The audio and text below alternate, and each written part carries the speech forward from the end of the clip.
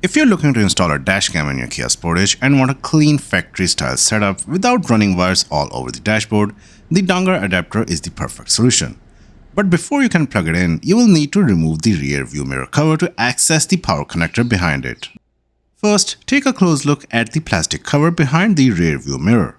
This cover hides the wiring and needs to come off before we can install the Dongar adapter. First, tilt the mirror downward.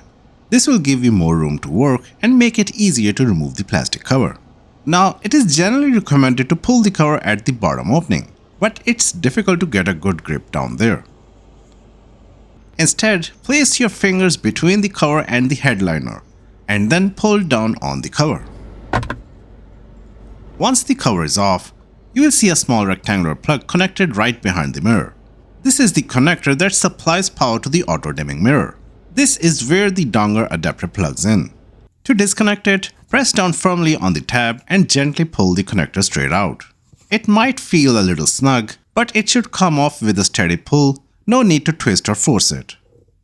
Once the adapter is installed, snap the rear view mirror cover back into place. If you found this video helpful, give it a thumbs up and subscribe to Reassembly for more car tips. Thanks for watching.